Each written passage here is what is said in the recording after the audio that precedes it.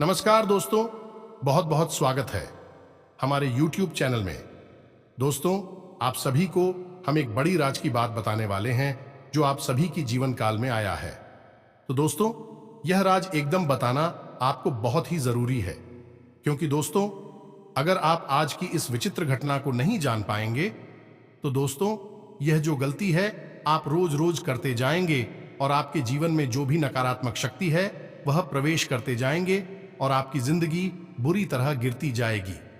जी हां दोस्तों, हम आप सभी को बता दें कि पूजा करते समय भूल से भी मत करना यह भयंकर गलतियां, वरना दोस्तों अब जो होगा आने वाले जीवन में जो पछतावा आपको मिलेगा दोस्तों आप यकीन नहीं करोगे। आप सोचेंगे कि हे भगवान, हमने ऐसा क्यों किया, हमने अनजाने में ही सही, लेकिन ऐसी गलतियां क्यों करते आ रहे थे। और इसी कारण दोस्तों, इसी गलती के कारण आपके इस पूजा पाठ का कोई फल आपको प्राप्त नहीं हो पा रहा था। आपने सोच रहे थे कि हमने रोज मंदिर जाते हैं, अच्छी से पूजा पाठ करते हैं, हर त्योहार में तीज में हम भगवान को याद करते हैं, लेकिन हमें भगवान हमारी विनती को सुनते क्यों नहीं है? क्या हम भगवान के लायक नहीं हैं?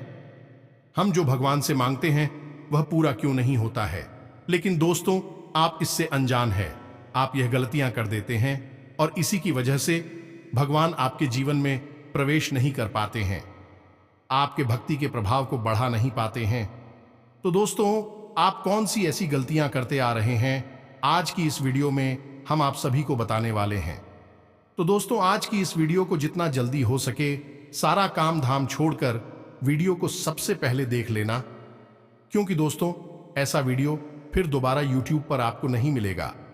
जी हां दोस्तों, इस वीडियो बहुत ही आकलन करने के बाद, विश्लेषण करने के बाद आप सभी के लिए लाए हैं, जो दोस्तों आपके लिए यह हीरे से भी कीमती साबित होगी।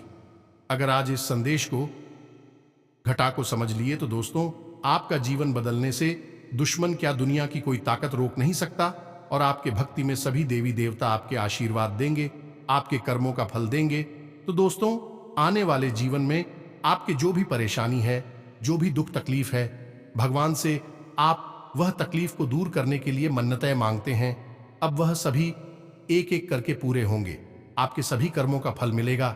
आपने जो भी सपने में नहीं सोचा होगा वह अब आपको मिलेगा, और वह भी आने वाले 24 से 48 घंटे के अंदर। जी हां दोस्तों, आपके जीवन में ऐसा ग्रह कुंडली में बदलाव हुआ है जो दोस्तों आपकी किस्मत को ही बदल देगा। आपके जीवन में धन योग राजीव का भी निर्माण हुआ है, जो कि दोस्तों आपके घर में धन दौलत रुपया पैसा से भर जाएगा। आप जो चाहोगे वह सपना पूरा होगा। और दोस्तों अब आपकी जिंदगी में अब आप अपने जीवन में राज करोगी। दोस्तों ऐसा चमत्कार सभी के किस्मत में नहीं होते हैं, वही की किस्मत में होते हैं जो दोस्तों किस्मत का बलवान होता है, और वह सभी में आपके गुण है। अब आपको सारे कर्मों का फल मिलने का समय आ गया। कलयुग में अब आपको वह तकलीफ नहीं झेलनी पड़ेगी जो दोस्तों आने वाले पिछले समय से आप इनके परेशानी को झेलते आए हैं। जी हां दोस्तों, तो दोस्तों आज की इस वीडियो को एकदम शुरू से अंत तक देखना, बिल्कुल ही आधा अधूरा मत देखना। और दोस्तों माता रानी के जो भी सच्चे भक्त आज की इस वीडियो को देख रहे हैं दोस्तों, वीडियो को एक प्यारा सा लाइक अवश्य कर देना और कमेंट बॉक्स में लिख दें जय मां काली। दोस्तों आपको यकीन दिलाते हैं कि मां काली आपके जीवन में आने वाले 24 से 48 घंटे के अंदर में जीवन की सबसे बड़ी खुशखबरी दे देंगे, और आप जो गलतियां करते आ रहे हैं उसको क्षमा करते जाएंगे। जी हां दोस्तों, आपने ऐसी गलतियां भी की है, ऐसे अनजाने में बहुत ही भयंकर पाप किए हैं, उनका अब यह देवी क्षमा करेंगे। जी हां दोस्तों, अब जिन गलतियों के बारे में हम आपको बताने जा रहे हैं, अगर आपने इन गलतियों को भूल से भी दोबारा कर दिया तो भूतों की नकारात्मक ऊर्जा तो आपके जीवन में प्रवेश कर ही जाएगी, साथ ही साथ भगवान का भी क्रोध आपके ऊपर बरसेगा।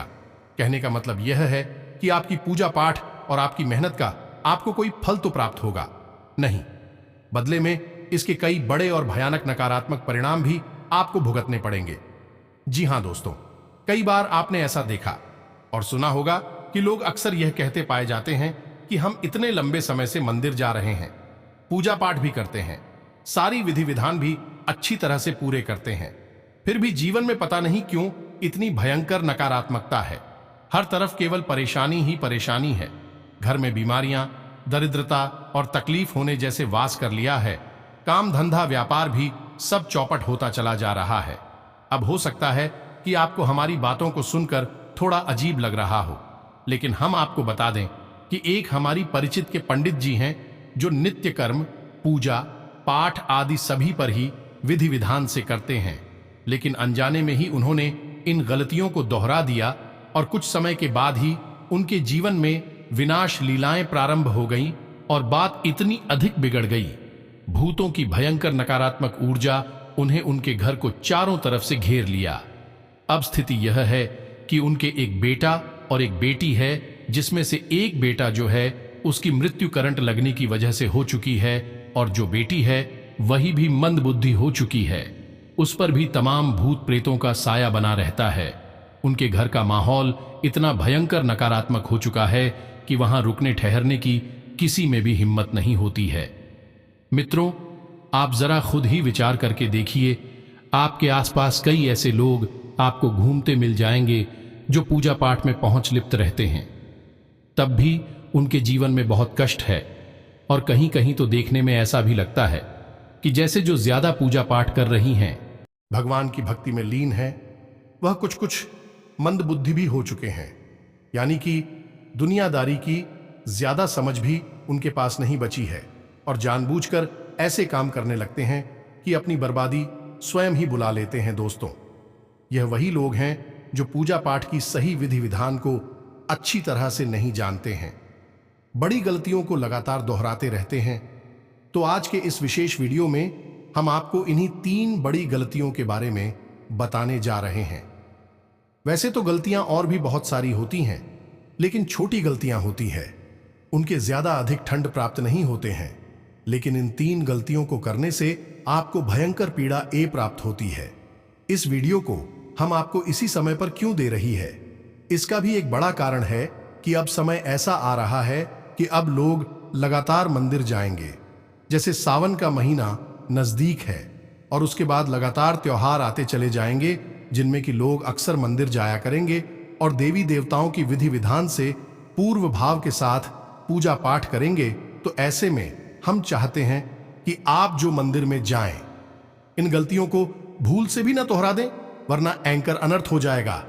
आपके जीवन में जो थोड़ा बहुत सुख बाकी है, जो आपने नई योजनाएं, नए काम ही किए हैं, वे सारी सुख समाप्त हो जाएंगे और हर एक योजना आपकी असफल होती चली जाएगी और आप इस सब का दोष देवी देवताओं पर और धर्म और पूजा पाठ पर लगा देंगे। आप यही कहेंगे कि हमने इतना पूजा पाठ किया, इतना सब कुछ किया, लेकिन फिर भी भगवान ने हमारी कोई बात नहीं सुनी। तो बस मित्रों, आप अब बेफिक्र हो जाइए और इस वीडियो को पूरा देख लीजिए। जब आप इस वीडियो को अंत तक देखेंगे तो इस वीडियो के माध्यम से आपको ऐसा अद्भुत ज्ञान प्राप्त होगा कि न केवल नकारात्मक शक्तियां आपसे दूर भागेंगे, बल्कि भगवान की दिव्य शुद्ध सकारात्मक ऊर्जा को आपके जीवन में आने के लिए मजबूर होना ही पड़ेगा। हम आपको ऐसी ऐसी विधियां और ऐसी ऐसी क्रियाएं बता देंगे जिन्हें आपको सच्चे मन से मानना है और उसके बाद आप देखेंगे कि भगवान की कृपा को आपके जीवन में आना ही होगा। आपके दुख, तकलीफ, कष्ट समाप्त करने ही होंगे और आपकी जो सकारात्मक मनोकामनाएं हैं उन्हें पूरी करना ही पड़ेगा। जी हां दोस्तों, याद रखना कि भगवान श्री कृष्ण ने गीता में कहा था कि हे पार्थ भक्त, यदि संकल्प कर लें और सच्चे मन और धन विश्वास के साथ भगवान को याद करें तो वह स्वयं भगवान को भी मजबूर कर सकता है अपने सामने प्रकट होने के लिए। जैसे कि एक छोटा सा बालक मात्र 5 साल का कठोर संकल्प, दृढ़ इच्छा शक्ति के बल पर स्वयं को अपने सामने प्रकट होने पर मजबूर कर देते हैं। जी हां दोस्तों, आज का यह वीडियो बहुत ही सोच विचार और साथ ही साथ आपकी राशि और कुंडली के ज्योतिषीय आकलन के आधार पर बनाया जा रहा है। इसी वजह से हम आपसे कह रहे हैं कि यह वीडियो आपके लिए प्राणवायु ऊर्जा किस समान है। इस वीडियो को ना देखना आपके जीवन की सबसे बड़ी और भयंकर भूल होगी। आप इस वीडियो को पूरा देखना ही होगा, वरना आपके जीवन में कभी कुछ भी नहीं बदलने वाला है, क्योंकि आप ज्ञान को अस्वीकार कर देंगे और ज्ञान को अस्वीकार करने वाला कभी भी ईश्वर की कृपा का पात्र तो नहीं हो सकता है। यह वधु तो बस आपसे हमारा यही निवेदन है, इस वीडियो को पूरा देखें, क्योंकि यह केवल और केवल आपके लिए बना है, आपकी जिंदगी से जुड़ा है। तो चलिए दोस्तों, आज की इस वीडियो को शुरू करते हैं। लेकिन इससे पहले हम माता रानी को आभार अवश्य व्यक्त करेंगे, तो कमेंट बॉक्स में लिखें 3 बार जय मां काली कृपा करो। माता रानी की आपको पूरी कृपा और आशीर्वाद अवश्य ही प्राप्त हो जाएगा, हमें पूर्ण विश्वास है। तो दोस्तों, वीडियो शुरू करने से पहले हम आप सभी से एक महत्वपूर्ण बात करना चाहते हैं कि हम आप सभी के लिए अच्छे से जानकारी के लिए दिन रात मेहनत करते हैं। बहुत छानबीन करने की बात, आप सभी के लिए हम बहुत अच्छे जानकारियां लेकर आते हैं, जो कि आप सभी के जीवन के लिए बहुत ही जरूरी होता है। और दोस्तों, इन सभी के लिए हम आपसे कुछ नहीं चाहते हैं, बस हम इतना चाहते कि आप हमारे चैनल को सब्सक्राइब कर लें और हमारे चैनल से जुड़ जाएं, जिनमें आपको 1 रुपया भी नहीं लगेगा। बस इतना हमारा आप सभी से हाथ जोड़कर प्रार्थना है, निवेदन है। तो हमारा भावना को जरूर समझिएगा और हमारे चैनल को सब्सक्राइब कीजिएगा। ऐसा करके आप हमारी और माता रानी के इस दिव्य परिवार के सदस्य बन जाएंगे। तो चलिए जल्दी से चैनल को सब्सक्राइब करें, फिर आगे बढ़ते हैं। तो दोस्तों, जैसा कि हमने आपको पिछले वीडियो में भी बताया था कि आपकी राशि और कुंडली में शनि और राहु की युति बनी हुई है, जो कि आपको अगले 5 से 6 दिनों तक लगातार परेशान करेगी। तो आपको सावधान रहने की बहुत अधिक आवश्यकता है। और ऐसे में जितना भी आपको समय मिले और जब भी समय मिले, रोज मंदिर आपको जाना बहुत अधिक आवश्यक है और लाभप्रद रहेगा। जी हाँ दोस्तों, मंदिर जाने से इंसान भगवान की ऊर्जा से जुड़ जाता है, सकारात्मक विचारों में डूब जाता है।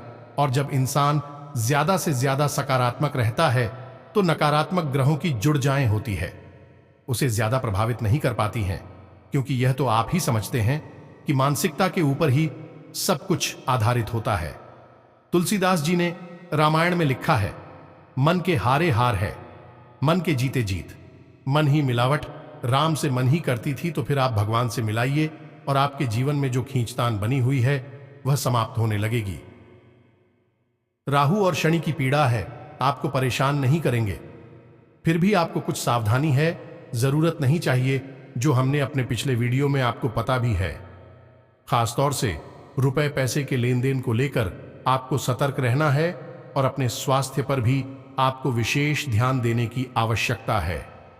अब जब हमने आपको मंदिर जाने की सलाह दे दी है और आप भी मंदिर जाने का मन बनाकर बैठे हैं, तो निश्चित तौर पर आप यह जानने में बिल्कुल उत्सुक होंगे कि मंदिर जाते समय कौन सी ऐसी गलतियां हैं, कौन सी ऐसी बातें हैं जिन्हें नहीं करना चाहिए, जिससे कि भगवान रुष्ट हो सकती है और नकारात्मकता आपके साथ आपके घर तक आ सकती है, आपके पीछे लग सकती है। तो चलिए शुरू करते हैं, छोटी छोटी बातों से शुरुआत करते हैं। सबसे पहली बात कि आप जब मंदिर जाते हैं, मंदिर जाने के लिए आप जो भी समय चुने, अक्सर इस बात का ध्यान दें कि सुबह या शाम का समय होना चाहिए। कभी भी दोपहर के समय मंदिर नहीं जाना चाहिए, क्योंकि वह भगवान के विश्राम का समय होता है। यह तो बिल्कुल साधारण सी बात हुई। एक खास बात है कि आप चाहे किसी भी समय पर मंदिर जाएं, अपनी स्वच्छता का विशेष ख्याल रखें, स्नान आदि करने के बाद ही मंदिर जाएं। यह सर्वोत्तम रहेगा। दूसरा कि जब आप मंदिर जा रहे हो, उस दौरान हो सके तो किसी से कोई बात ना करें, चर्चा ना करें। जिस भी भगवान के मंदिर आप जा रहे हैं, उनके बारे में मन में विचार लाते रहे और उनकी मंत्र जाप या फिर उनका नाम स्मरण करते चले जाएं। जी, हमें तो यह सर्वोत्तम होगा। मंदिर जाने का तरीका, अब जब आप मंदिर पहुंचे तो वहां पर भी आपको कुछ ख्याल रखने, जैसे कि आप जब मंदिर पहुंचेंगे तो आप जैसे ही भगवान के दर्शन करेंगे, उन्हें प्रणाम तो करेंगे ही, मंदिर में लगी घंटी को भी बजाएंगे। लेकिन घंटी को बजाने के बाद थोड़ी देर के लिए आपको वहां रुकना। एक बात आप अपने दिमाग में अच्छी तरह से बैठा ले कि मंदिर कभी भी जल्दबाजी में आपको नहीं जाना है, पूरा समय निकालकर ही मंदिर आपको जाना है। ऐसा नहीं कि सीधे गए और दर्शन किए और भाग्य भाग्य चली आए, ऐसा नहीं करना है। दूसरी बड़ी गलती जो लोग अक्सर कर देते हैं कि कि मंदिर में कोई ना कोई जान पहचान वाले लोग मिल ही जाते हैं, तो अक्सर हमने देखा है कि लोग उनसे गप्पे लड़ाने में व्यस्त हो जाती हैं। उन्हें ऐसा लगता है कि मंदिर में भगवान के दरबार में बैठे हैं तो अपनी आपस में कितनी ही गप्पे आंखें, कोई फर्क नहीं पड़ता है। लेकिन यह बहुत अधिक गलत होता है। आप मंदिर में चाहे किसी भी जान पहचान वाले से मिले, लेकिन आप उससे कोई चर्चा ही नहीं करनी है। जितना जरूरी है उतनी बात करें, या फिर हो सके तो बात करना ही करें। यह सर्वोत्तम तरीका होगा। केवल भगवान के दर्शन करें, भगवान के विग्रह का दर्शन करें और अपने मन और मन के विचारों को भगवान को समर्पित करें और उनसे अपनी मन की व्यथा सुनाएं, आपकी परेशानियां बताएं। कुल मिलाकर कहने का मतलब यह है कि उनसे ही रिश्ता आने की कोशिश करें, दुनियादारी से रिश्ता ना बनाएं। मंदिर आप आई हैं, भगवान के लिए तो भगवान से ही रिश्ता बनाएं। दुनियादारी के चक्कर मंदिर के बाहर ही छोड़कर मंदिर में प्रवेश करें, यही सबसे जरूरी है। अब दोस्तों, यहां पर भी एक छोटी सी गलती लोग अक्सर करने लगते हैं कि जो लोग रेगुलर मंदिर जाते हैं, यानी कि उनका मंदिर जाने का रोज का नियम है, तो भगवान की पूजा पाठ और भगवान पर भी अपना अधिकार समझने लगते हैं और दूसरे लोगों को ही न समझने लगते हैं, और भगवान के मंदिर को अपनी निजी संपत्ति समझकर लोगों की छोटी छोटी गलतियों पर उन्हें जोर से डांटने लगते हैं, उनका अपमान करने लगते हैं। और कभी कभी तो हमने देखा है कि क्रोध में एकदम लाल हो जाते हैं।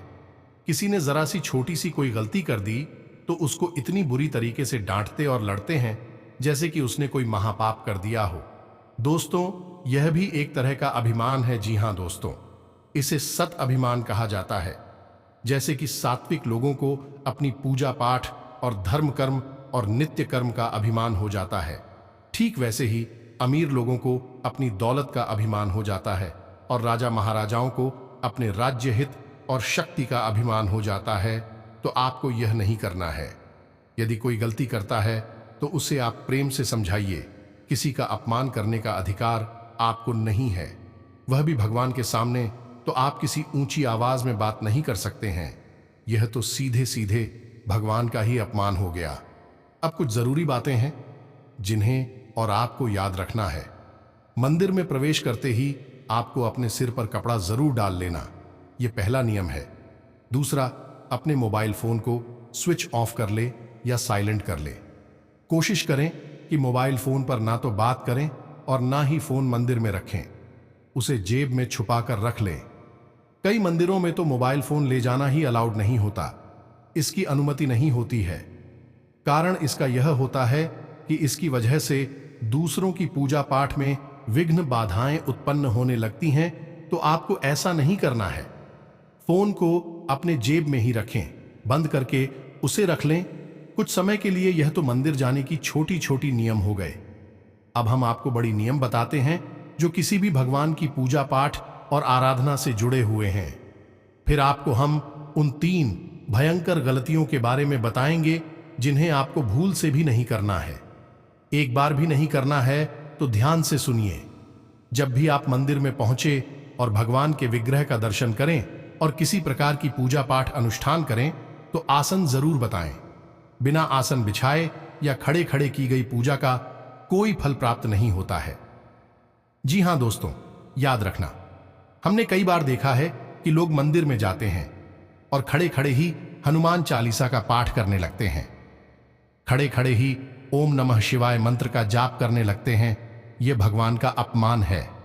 दोस्तों, वैदिक संस्कृति और विधान तो यही कहते हैं कि अगर आपको भगवान से लो लगानी है तो पहले आपको आसन बिछाना होगा, उसके ऊपर सुख आसन पर बैठना होगा, आरती पालती मार के और आंखें बंद करके भगवा उनको पहले ध्यान करना होगा, उन्हें अपने मन में लाना होगा। उसके बाद फिर आप किसी प्रकार का जाप या फिर कोई चालीसा पाठ वगैरह कर सकते हैं, तभी यह फलदायी होता है।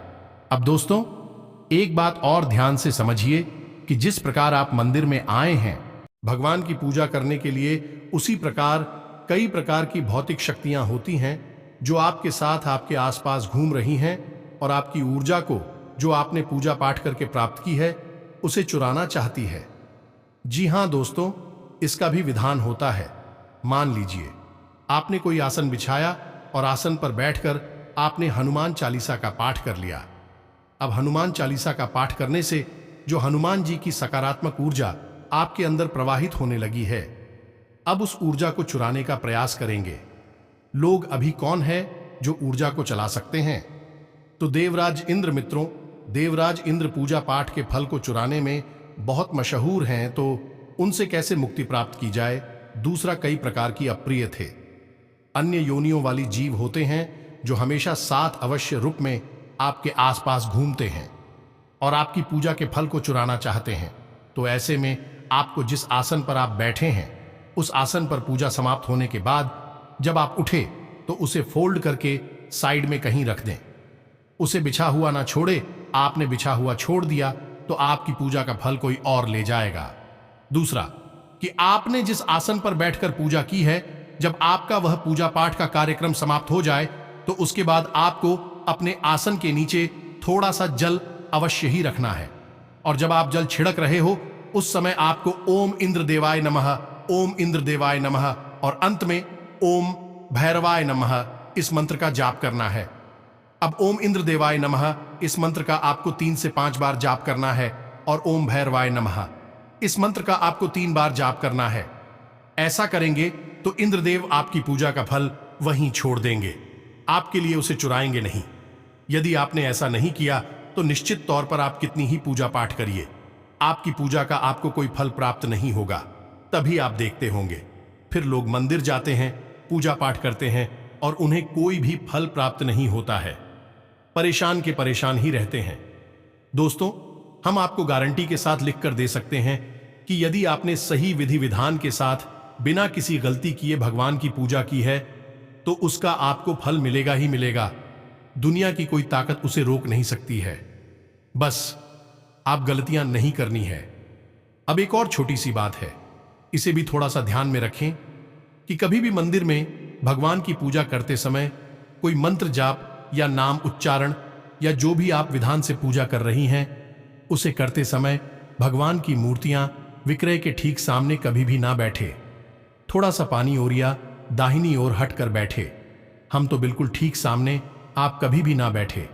यह बहुत ज्यादा गलत हो जाता है। इसी के साथ साथ आपको इस बात का भी ख्याल रखना होगा कि जब भी आप भगवान की पूजा करें तो बिना संकल्प के कभी भी कोई भी पूजा ना करें। बिना संकल्प लिए यदि आप पूजा करते हैं तो वह फलित ही नहीं होती है। यह मित्रों, जैसे कि आप हनुमान चालीसा का पाठ करने जा रहे हैं तो आप उस हनुमान चालीसा के पाठ से पहले संकल्प अवश्य किया करें। अब संकल्प करने के लिए बिल्कुल छोटी सी विधि है, कोई ज्यादा पढ़ा इसमें क्रियाकलाप नहीं है। वैसे तो नियम संस्कार तो बहुत है, लेकिन छोटा सा नियम है जो आप माने। और इस नियम के लिए आपको क्या करना है कि अपने आसन पर बैठकर भगवान के दर्शन करते हुए अपने हाथ पर थोड़ा सज्जन लेना है, एक पुष्प लेना है और अपना नाम लेना है और अपनी मनोकामना बतानी है और अपना जो आप पूजा पाठ कर रही हैं, स्थान कर रही है, उसके विषय में बताना है और भगवान से निवेदन करना है कि आपकी पूजा पाठ सफल हो और आपको उस पूजा का पूरा फल प्राप्त हो जाए। बस इतना सा करके उस जल को और खुश हो जमीन पर छोड़ देना है और उसके बाद आप अपनी पूजा को प्रारंभ करें। नियम और विधान तो यही कहता है कि बिना संकल्प के पूजा पाठ कभी भी सिद्ध नहीं होती है, तो संकल्प लेकर ही पूजा करें। और दूसरा कि यदि आप किसी विशेष पूजा पाठ अनुष्ठान को मंदिर में कर रहे हैं तो कोशिश करें कि खुद को किसी को चाहना। जय मित्रों, कहने का मतलब यह है कि आपने मानकर चली कि हनुमान चालीसा का 108 चालीसा का अनुष्ठान किया है या फिर आपने कोई विशेष मंत्र जाप का अनुष्ठान मंदिर में किया है, तो फिर किसी को भी छुए ना यह मित्रों, जब तक कि आप मंदिर से निकलकर अपने घर तक आ जाएं। तब तक बीच में किसी भी व्यक्ति को किसी भी प्रकार से इस पर शक ना करें, दूर ही रहें और से, क्योंकि जब बड़े अनुष्ठान किए जाते हैं उस समय में दिव्य ऊर्जा आपको चारों ओर से घेर लेती है और आपकी खुद की बॉडी के अंदर ऊर्जा का तीव्र प्रवाह होता है। ऐसे में यदि आप किसी को छूते हैं तो आपकी वह ऊर्जा किसी अन्य व्यक्ति के अंदर प्रवाहित हो सकती है, या फिर यदि कोई व्यक्ति नकारा मत है तो आपकी ऊर्जा दूषित हो सकती है। कहने का मतलब यह है कि आपका अनुष्ठान खराब हो सकता है। तो यह तो थी छोटी छोटी सी बातें हैं। अब हम आपको बताते हैं उन 3 मूल बड़ी गलतियों के बारे में। मित्र, इन बड़ी गलतियों को बताने से पहले जो हमने आपको छोटी छोटी बातें बताई हैं, इन्हें भी आपको जानना बहुत अधिक आवश्यक है। यदि इनमें से कुछ बातें आपको पता है, तो जो अन्य बातें भी हमने आपको बताएंगे उनका भी आपको पूरा ख्याल रखना है, तभी आपकी पूजा सिद्ध होगी। तो चलिए अब बात करते हैं उन 3 बड़ी गलतियों के बारे में। तुम्हें तो शिव पुराण कहता है कि भगवान के मंदिर में उनके पीछे की ओर, यानी भगवान का जो गर्भगृह है उसके पीछे की ओर का जो भाग होता है वह है भूत प्रेतों का और नकारात्मक ऊर्जा ओं का भाग होता है। इसीलिए आपने किसी भी मंदिर में पीछे की ओर रुकने की कोई व्यवस्था नहीं देखी होगी। जैसे कि मंदिर कितना ही बड़ा क्यों ना हो, लेकिन मंदिर में जब फ्री लगाती हैं, यानी कि जो गर्भगृह होता है उसकी फेरी लगाते हैं, तो बीच में रुकने का कोई स्थान नहीं होता। सीधे मंदिर के सामने से फेरी को शुरू करेंगे और सामने ही आकर खत्म करेंगे। लेकिन ऐसे में भी कुछ लोग यह गलती करती हैं कि तेरी लगाते समय गर्भगृह के पीछे भी भगवान को प्रणाम करने लगते हैं, गर्भगृह को स्पर्श करने लगते हैं। यह बहुत बड़ी गलती होती है। उसी स्थान पर आपको बिल्कुल भी नहीं डरना है, भगवान को प्रणाम नहीं करना है और ना ही गर्भगृह को स्पर्श करना है। यदि आप ऐसा करते हैं तो आप समझिए कि वही स्थान तो भगवान ने भूत प्रेतों को दे रखा है, नकारात्मक ऊर्जा को दे रखा है, तो वहां से आपके साथ कौन चलेगा? नकारात्मक ऊर्जा से चलेंगे। जी, हमें तो याद रखना कि चाहे भगवान के लिए इंसान हो, चाहे भूत प्रेत हो, चाहे कितनी ही नकारात्मक व सकारात्मक ऊर्जा हो, भगवान से ही सारी ऊर्जाएं उत्पन्न होती है और भगवान में ही समाहित हो जाती हैं। इसलिए भगवान के लिए ऊर्जा में कोई भेद नहीं है, उनके लिए सब समान है। तो नकारात्मक ऊर्जाओं का स्थान भी भगवान ने तय कर रखा है कि इस स्थान पर नकारात्मक हो जाएं, रह सकती हैं। तो मंदिर का जो पीछे का भाग होता है या गर्भगृह का जो पीछे का भाग होता है वह नकारात्मक ऊर्जा का भाग माना जाता है। इसलिए उस स्थान पर बिल्कुल भी ना रुके, गर्भगृह के स्पर्श ना करें, भगवान को प्रणाम ना करें। फिर लगाना है तो सीधे जाएं, फ्री लगाकर वापस आ जाएं। इस गलती को कितना करें? यदि आपने यह गलती कर दी तो आपकी पूजा पाठ का पूरा फल वहीं समाप्त हो जाएगा। और उस पल को कौन ले लेगा? वही नकारात्मक शक्तियां जो वहां रहती हैं। यह तो है आपकी पहली गलती। अगर आप इस गलती को करते हैं तो भूल कर भी अब इस गलती को ना दोहरा, न वरना अनर्थ हो जाएगा। अब दूसरी गलती मानकर चलिए, आप मंदिर जाते हैं और मंदिर से वापस आ रहे हैं अपने घर के लिए। तो जब आप घर वापस आ रहे हैं उस समय गलती से भी आपको मुड़कर पीछे नहीं देखना है। अब मुड़कर पीछे भगवान दर्शन नहीं कर सकती हैं। अब इसके पीछे क्या विधान है यह भी आप समझिए। आपने देखा होगा कि लोग अक्सर मंदिर से बाहर निकलते हैं तो उल्टे पांव बाहर निकलते हैं, और जब उल्टे पांव बाहर निकलते हैं तो इसके पीछे का नियम यह है कि मैं भगवान को अपनी पीठ नहीं दिखाना चाहते हैं। भगवान के दर्शन करते हुए ही मंदिर की चित्र से, यानी कि मंदिर परिसर से बाहर निकलना चाहते हैं। और जब मंदिर परिसर से एक बार आप बाहर निकल लिए तो आपके साथ भगवान की सकारात्मक ऊर्जा है, भगवान का आशीर्वाद है जो आपके साथ साथ चल रहा है। अब ऐसे में यदि आपने पीछे मुड़कर देखा तो बात वही है कि आप भगवान से आशीर्वाद लेकर जा रही हैं, लेकिन भूत प्रेतों की शक्ति आपके ठीक पीछे पीछे चल रही है। यह मित्रों और वह शक्ति इस बात का इंतजार कर रही है कि आप उसे मुड़कर देखें, और जैसे ही आपने पीछे मुड़कर देखा, आपका आशीर्वाद, आपकी पूरी पूजा पाठ का फल व्यक्ति वह शक्तियां ले जाएंगी। जी हां दोस्तों, अब आप चाहे इस बात को माने या ना माने, लेकिन इस शिव पुराण ही इस बार तो कहती है कि जब भी भगवान के मंदिर जाएं और वहां से वापस आए तो कभी पीछे मुड़कर ना देखें, भगवान का नाम स्मरण करते हुए ही अपने घर तक वापस आए। अब कुछ लोग ऐसा भी करते हैं कि सीधे घर से निकले, मंदिर पहुंचे, भगवान के दर्शन किए, जल्दी जल्दी भागते भागते और सीधे वहीं से अपने ऑफिस चले गए या अपनी दुकान चले गए। नहीं मित्रों, यह बहुत ही गलत नियम है। ऐसा आपको भूलकर भी नहीं करना है। जब भी आप मंदिर जाएगा घर से तो वापस लौटकर अपने घर अवश्य आना ही आना है, वरना फिर से वही बात होगी कि नकारात्मक ऊर्जा ये आपको घेर लेंगे और आपकी पूजा पाठ का फल सब कुछ आपसे छीन ले जाएंगे और आपके जीवन में भयंकर परेशानियों का प्रवेश हो जाएगा। अब आप लोगों के मन में यह बात आ रही होगी कि यह तो अक्सर लोग करते हैं कि भाग्य भाग्य मंदिर जाते हैं, दर्शन करके चली आती है तो लोग तो कुछ भी करेंगे, सब कुछ उनके मन से नहीं हो जाएगा। हमारे आर्षि मुनियों ने जो नियम बनाए हैं, जो वैदिक परंपरा और विधान बनाए हैं, उनको आप नहीं मानेंगे तो क्या भगवान तो आपके सामने प्रकट नहीं हो जाएंगे? आपकी गलती बताने के लिए, उन नियमों को बताने के लिए हम जैसे लोग ही आएंगे और आप उन नियमों को मान लेंगे तो भगवान भी आपसे प्रसन्न हो जाएंगे और आपका जीवन भी बदल जाएगा। नहीं मानेंगे तो कोई बात नहीं है, आपका मन है जो मर्जी है वह करिए, फिर भगवान का मन है जो मर्जी वह आपको देंगे। फिर बाद में शिकायतें करने से कोई फायदा नहीं होता है। इसलिए नियम मानना ही हमारे लिए एकमात्र रास्ता होता है।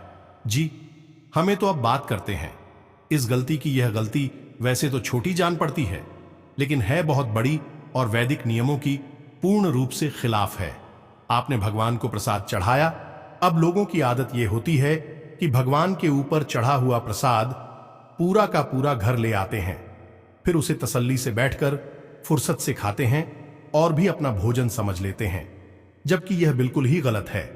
विधान यह कहता है कि भगवान को चढ़ा हुआ प्रसाद जितने भी लोग आपको आसपास दिखाई देते हैं सब में बांट देना चाहिए। घर आते आते वह प्रसाद पूर्ण रूप से समाप्त हो जाना चाहिए। अब आपके घर में जितने लोग हैं उन लोगों के हिसाब से आप अपने घर तक प्रसाद ला सकते हैं, लेकिन उस प्रसाद को लाकर आप घर में रख नहीं सकते। जैसे ही आप उस प्रसाद को घर में लाकर रखते हैं, नकारात्मक ऊर्जा ऐप्स प्रसाद से अपना भोजन ग्रहण कर लेती हैं और आपकी पूजा पाठ का फल भी उन्हीं को प्राप्त हो जाता है। अब आप खुद ही समझ लें कि प्रसाद क्या है। प्रसाद भगवान का भोग है, भगवान ने उसको को ग्रहण किया है और जब भगवान ने ग्रहण किया है तो भगवान की ओर जाएं, उससे प्रसाद में समाहित हो गई हैं। अब ऐसी पवित्र चीज को आपको दूसरों में बांटना है। जब आप दूसरों में बांटेंगे तो वह सकारात्मक ऊर्जा और अधिक मात्रा में आपके पास लौटकर वापस आएगी। उसे अपने अपने ही पास रख लिया तो जैसे ही आप उसे कहीं पर एकत्रित करेंगे, रखेंगे, तो नकारात्मक ऊर्जाएं तो उसे घेरेगी ही। नकारात्मक ऊर्जा तो हर वक्त हर इंसान के आसपास होती है और भी इसी इंतजार में होती है कि आप लोग ऐसी गलतियां करें और ऐसी गलतियों से ही अपना भोजन और अपनी शक्ति प्राप्त करते हैं। तो यह तो थी वह गलतियां जो आपको भूल कर भी नहीं करना है। हमने मंदिर को जाने को लेकर हर प्रकार की जानकारी आपको दे दी है। फिर भी यदि कोई प्रश्न आपके मन में उठे तो आप बेफिक्र होकर कमेंट करके पूछ सकते हैं। और एक खास बात की दोस्तों, अब आपकी जीवन में बड़ी खुशखबरी भी मिलने वाले हैं। अब आपकी किस्मत के रास्ते भी खुल चुके हैं। आप जो सोचें नहीं है वह आपको अब मिलेगा। आपके हाथों की रेखा, किस्मत की रेखा बदल चुकी है। अब जो होगा दोस्तों, आप खुद सुनकर हैरान रह जाएंगे। आपके जीवन में, पारिवारिक जीवन में जो भी पिछले समय से दिक्कत चली आ रही थी, वह दोस्तों देखते ही देखे चमत्कार के रूप में बदल जाएगा। आपका बिजनेस में जो भी अड़चने आ रहे थे उसमें आपको बाधा नहीं आएंगे और बिजनेस में बड़ी बड़ी ऑर्डर आएंगे।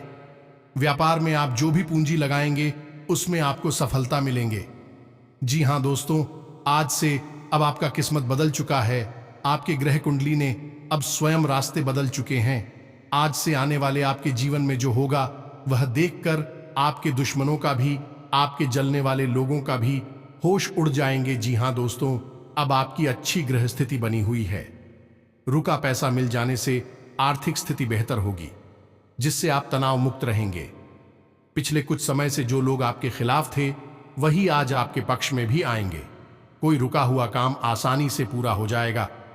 प्रॉपर्टी संबंधी किसी खरीद फरोख्त के लिए प्रयासरत हैं तो आज का दिन शुभ है। अचानक ही किसी दूरदराज व्यक्ति द्वारा उचित सहयोग मिलेगा और आपकी आर्थिक समस्या भी दूर होगी। धन लाभ के योग बनेंगे। समय शांतिपूर्ण रहेगा। फोन कॉल या ईमेल के माध्यम से कोई महत्वपूर्ण सूचना मिलेगी और आपका कोई कार्य बेहतरीन तरीके से संपन्न भी होगा। कोई रुका हुआ आय का स्रोत पुनः शुरू होने से राहत मिलेगी। जरूरतमंदों तथा बुजुर्गों की सेवा व देखभाल में भी आपकी विशेष रुचि रहेगी। किसी विवाह योग्य सदस्य के लिए अच्छा रिश्ता आने से घर में खुशी का माहौल रहेगा। व्यवसाय में कोई रुकी हुई पेमेंट और उचित ऑर्डर मिलने जैसी उत्तम परिस्थितियां बनी हुई हैं। परंतु अपनी योजनाओं को किसी के समक्ष उजागर न करें, अन्यथा कोई इसका गलत फायदा उठा सकता है। कारोबारी स्त्रियां विशेषता अपने व्यवसाय पर ध्यान केंद्रित रखें। लाभदायक परिस्थितियां उत्पन्न हो रही हैं। कमीशन संबंधी बिजनेस में अच्छा फायदा हो सकता है। नौकरी के मामले में बहुत ही सावधान रहने की जरूरत है। दिन की शुरुआत बहुत ही सुकूनदायक रहेगी। आज दिन की शुरुआत किसी शुभ गतिविधि से होगी। अपनी रूटीन भरी दिनचर्या के साथ साथ देश विदेश संबंधी जानकारियों पर भी ध्यान दें। किसी उत्तम समाचार की प्राप्ति होगी जो कि भविष्य में लाभदायक साबित होगी। संतान प्राप्ति के लिए इच्छुक लोगों को कोई खुशखबरी मिल सकती है। अनुकूल ग्रह स्थिति बनी हुई है। अपना कोई सपना साकार करने का उत्तम समय है तथा प्रभावशाली लोगों के साथ आपके लाभदायक संबंध भी स्थापित होंगे। रिश्तेदारों से संबंधित किसी विवाद के सुलझने से रिश्तों में दोबारा मधुरता आएगी। इसी के साथ साथ आज की इस वीडियो को विराम देते हैं। कमेंट बॉक्स में लिख डालिए, जय मां काली कृपा करो। मां का आशीर्वाद आपको सदा मिलता रहेगा। तो दोस्तों, मिलती है अगले ज्ञानवर्धक वीडियो में। तब तक के लिए धन्यवाद। जय माता दी।